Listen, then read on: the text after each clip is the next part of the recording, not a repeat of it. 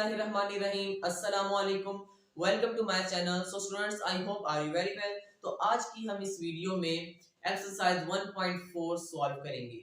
तो एक्सरसाइज 1.4 में हमारे पास क्वेश्चन नंबर 1 है, सिंपलीफाई द फॉलोइंग।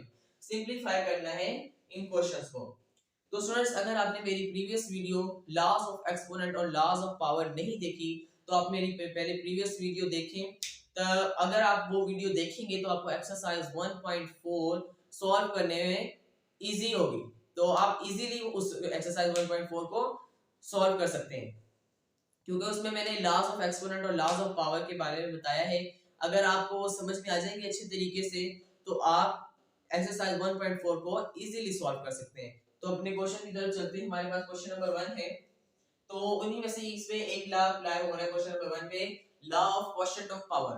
तो ये हमारे पास डिवाइड में है, तो हमारे पास इसमें law of quotient of power use हो रहा है। तो सबसे पहले हमारे पास बेस सेम है, हमारे पास यहाँ पर भी 3 है, यहाँ पर भी 3 है। तो जब बेस सेम है हमारे पास, तो जो यहाँ पर 3 का जो ये 2 है, पावर 2 है, वो ऊपर चला जाएगा इस तरह। बेस सेम तो हम एक बार लिखेंगे 5 माइनस 2, तो हमारे पास 3 की पावर 3 इज इक्वल्स टू 27। ये हमारा इस क्वेश्चन का आंसर है। अगर आप 27 नहीं भी करें तो 3 की पावर 3 भी हमारा आंसर करेक्ट है। 3 की पावर 3 अभी कैसे, तो 3 को 3 से मल्टीप्लाई नहीं करना, 3 को हमने 3 टाइम मल्टीप्लाई करना, इस तरह 3 मल्टीप्लाई बाय 3 मल्टीप्लाई बाय 3 इस तरह। तब हमारे पास इसका जवाब 27 आएगा। 3 की पावर 3 मतलब हमें 3 टाइम्स उसको मल्टीप्लाई करना है, 3 को 3 से मल्टीप्लाई नहीं करना। इसी तरह हम अपने क्वेश्चन नंबर 2 सॉल्व करते हैं। क्वेश्चन नंबर 2 में हमारे पास है 2 की पावर 4 पॉइंट 5 की पावर 3, तो नीचे हमारे पास है 10 की पावर 2। तो स्टूडेंट्स, यहाँ पर हमने 2 की पावर 4.5 की पावर 3 है, तो 10 को हम दो हिस्सों में तोड़ सकते हैं। कैसे? 2 में और 5 में। 2 5 10, ब्रैकेट पावर कैसी हमारे पास 2। तो ये law of product of power में क्या हमने सीखा था कि जो ब्रैकेट के ऊपर जो पावर है वो इन दोनों के ऊपर आएगी। तो इसे हम खोलते हैं, 2 के पावर 4 5 के पावर 3 अपॉन 2 के पावर 2 5 के पावर 2।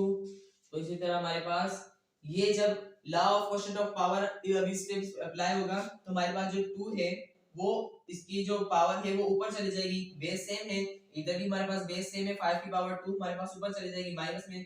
तो law of quotient of power में हमारे पास डिवाइड में पावर माइनस होती है, मल्टीप्लाई में पावर ऐड होती है और डिवाइड में पावर माइनस होती है। तो बहुत इजी क्वेश्चन है। तो हमारे पास 2 की पावर 4 माइनस 2 डॉट 5 की पावर 3 माइनस 2। तो यहाँ पर हमारे पास क्या हो जाएगा, इज इक्वल्स टू 2 की पावर हो जाएगी हमारे पास 2 और 5 की पावर हो जाएगी हमारे पास 1, जो कि हम नहीं लिखते। 2 की पावर 2 हमारे पास मतलब 2 को 2 टाइम मल्टीप्लाई करना है, 2 2 4 4.5। तो हमारे पास 4 अभी 5 से मल्टीप्लाई हो रहा है, 4 5 20। तो ये हमारे पास इसका आंसर है। ये जहां पर भी पॉइंट हो और बीच में कोई निशानी हो, यहाँ पर हमारे पास 2 है और ये 5 के बीच में पॉइंट है, कुछ भी नहीं है, तो मतलब हमारे पास ये दोनों नंबर हमारे पास मल्टीप्लाई हो रहे हैं।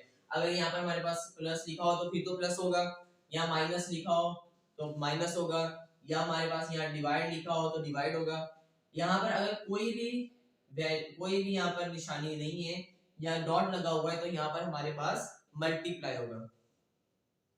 ठीक है स्टूडेंट्स, तो इस तरह हम अपने क्वेश्चन नंबर 3 भी सॉल्व करेंगे। तो आपने इन क्वेश्चंस को देख के घबराना नहीं है, परेशान नहीं होना है। आपने इन क्वेश्चंस को देख के ये नहीं कहना कि ओ ये तो इतने मुश्किल है, मुझसे होंगे ही नहीं, ऐसा नहीं कहना। इस तरह जो बच्चा होता है वो डिग्रेड हो जाता है, वो खुद ही इसी तरह कह करके ये क्वेश्चन मुझसे बिल्कुल नहीं होगा, क्वेश्चन ये मुश्किल है। आपने इस तरह नहीं कहना, आपने इस तरह कहना है कि ये क्वेश्चन बहुत इजी है, मैं कर लूंगा। आप करने की कोशिश करेंगे तो इंशाल्लाह आपसे वो क्वेश्चन सॉल्व हो जाएगा। तो आपने करने की नीयत रखनी है, ऐसा नहीं कहना कि मुझसे ये क्वेश्चन होगा ही नहीं, क्वेश्चन मुश्किल है। तो क्वेश्चन नंबर 3 बहुत इजी है हमारे पास। सिंपली हमारे पास a plus B base same है हमारे पास, तो इसकी पावर हमारे पास 2 है, तो इसकी पावर हमारे पास कुछ नहीं, तो हमारे पास क्या है 1 है। तो जब बेस सेम है हमारे पास, तो law of quotient of power में हम इसकी जो पावर है वो ऊपर ले जाएंगे माइनस में। तो इसी तरह c प्लस डी और c प्लस डी इनकी भी बेस सेम है, तो 2 छोटा है तो हम ऊपर ले जाएंगे, इसे 3 माइनस 2 हो जाएगा। तो इसको करते हैं a प्लस बी, पावर है हमारे पास 2 माइनस 1।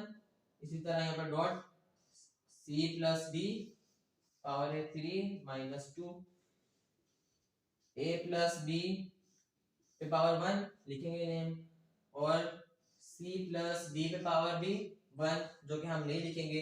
तो यही हमारा आंसर है।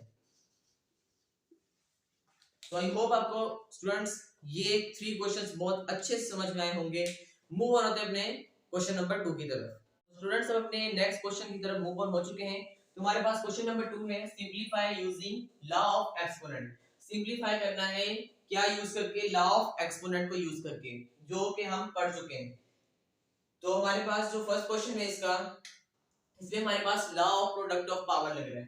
तो हमारे पास देखिए बेस सेम है हमारे पास दोनों, 1/3 1/3, और क्या हो रहे हैं मल्टीप्लाई। तो इनकी जो पावर्स होंगी वो क्या हो जाएंगी, ऐड हो जाएंगी। तो हम एक 1/3 लिखेंगे, 4 और 5 प्लस हो जाएंगे हमारे, तो 1/3, 5 और 4 कितने हो जाएंगे 9 हो जाएंगे। तो ये हमारा आंसर है। अगर चाहे तो आप 9 को 1 के ऊपर भी कर सकते हैं और 3 के ऊपर भी कर सकते हैं।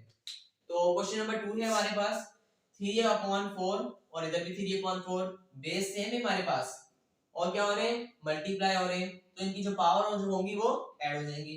तो हमारे पास 3/4 है, तो 5 और 2 प्लस हो जाएंगे,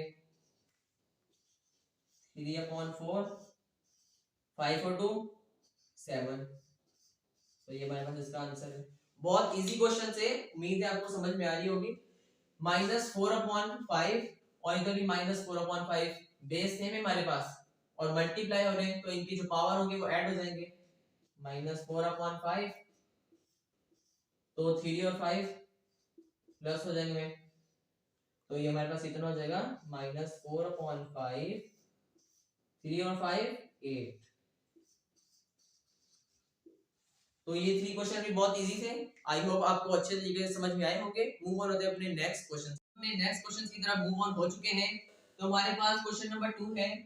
क्वेश्चन नंबर 2 का पार्ट नंबर 4 है हमारे पास, -3 मल्टीप्लाई बाय 5 की पावर 2 फिर होल पावर 3। तो हमारे पास यहाँ पर लॉ ऑफ पावर अप्लाई हो रहा है। तो सबसे पहले यहाँ पर देखिए जो 3 है वो 5 पर भी है, 5 स्क्वायर पर भी है, और यहाँ पर माइनस के 3 के ऊपर भी है। तो हमने माइनस के 3 के ऊपर पावर 3 कर दिया, मल्टीप्लाई बाय 5 स्क्वायर पावर 3, तो माइनस का 3 पावर 3 इसी तरह रहेगा। तो 5 की पावर 2 थी, तो 2 3 से मल्टीप्लाई हो जाएगा, पावर पे पावर मल्टीप्लाई होती है, 2 3 जा 6, 5 की पावर 6। अगेन हम सिंपलीफाई नहीं कर सकते क्योंकि दोनों की बेस सेम नहीं है, तो हमारे पास यही इसका आंसर है।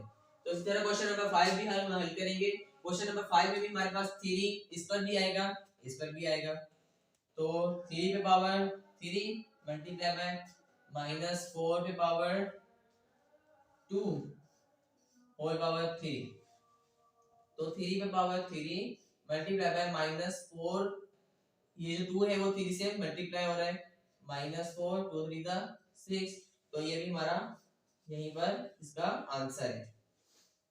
तो क्वेश्चन नंबर 6 भी बहुत इजी है।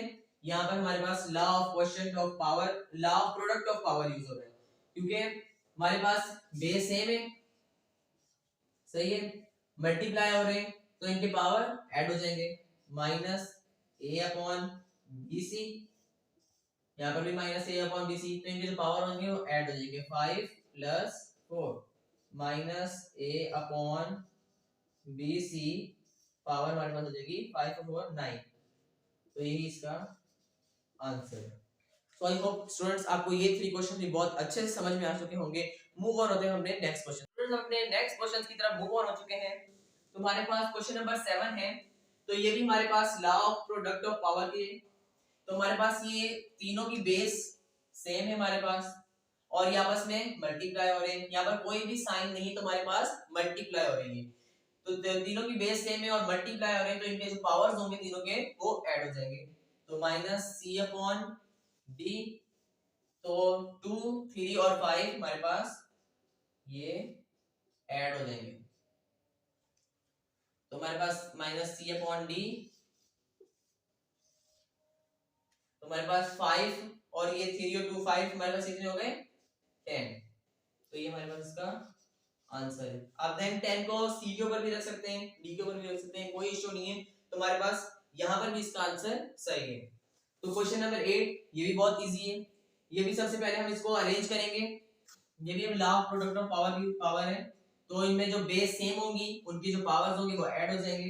सबसे पहले हम इसे अरेंज कर लेते हैं, तरतीब में कर लेते हैं, m इसमें एक m ये है, एक m ये है, m पावर 5, और एक n ये है, एक n ये है, n स्क्वायर n क्यूब, एक t ये है, एक t ये है, t पावर 7 t पावर 4, तो अब इनको हमारे पास दोनों की बेस सेम है तो हमने एक m लिखा और इनकी पावर को ऐड कर लिया, यहाँ पर 5 है, यहाँ पर कुछ भी नहीं है तो 1 है हमारे पास, तो 5 प्लस 1, तो n, इसी तरह n भी होगा, यहाँ पर n की पावर 3 है, यहाँ पर हमारे पास n की पावर 2 है, तो 3 प्लस 2, तो यहाँ पर t है हमारे पास, यहाँ पर t की पावर 7 है और यहाँ पर t की पावर 4 है, बेस दोनों की सेम है, यहाँ पर भी दोनों n सेम है, यहाँ पर भी दोनों t सेम है, तो इनकी जो पावर्स होंगी वो ऐड हो जाएंगी, तो m की पावर कितनी होगी 6, n की पावर कितनी हो गई 5, एंड t की पावर हमारे पास कितनी होगी 7 में 4 प्लस e हमने कितने हो गए 7 8 9 10 11, हमारे पास 11 होगी, तो ये हमारे पास इसका आंसर है। तो इसी तरह क्वेश्चन नंबर 9 भी सेम इसी तरह हल होगा, तो सबसे पहले हम इसे अरेंज कर लेते हैं, a स्क्वायर, एक a ये रहा, एक a ये, एक a ये, a cube and a power 4, हमारे पास b है, एक b ये है, एक b ये है, b square and b power 4, फिर हमारे पास c है और ये c है, c power 5 and c cube, तो हमारे पास इन तीनों की बेस सेम है तो हम a लिख लेंगे और इनकी पावर स्क्वायर कर लेंगे, 2 प्लस 3 प्लस 4, और यहाँ पर हमारे पास b दोनों, इनकी दोनों बेस सेम है तो इनके पावर भी ऐड हो जाएंगे, 4 प्लस 2, और इन दोनों की बेस सेम है तो हमारे पास c 5 प्लस 3, तो हमारे पास a की पावर कितनी हो जाएगी 4 5 6 7 8 9, a की पावर 9, b की पावर हमारे पास 6 और c की पावर हमारे पास 8। सो आई होप स्टूडेंट्स आपको ये 3 क्वेश्चंस भी बहुत अच्छे से समझ में आ चुके होंगे, और आज की आपको क्वेश्चन नंबर 1 एक्सरसाइज 1.4 के क्वेश्चन नंबर 1 और क्वेश्चन नंबर 2 पूरा अच्छे तरीके से समझ में आ चुका होगा। तो मिलते हैं नई वीडियो में, यहाँ तक के लिए अल्लाह हाफिज।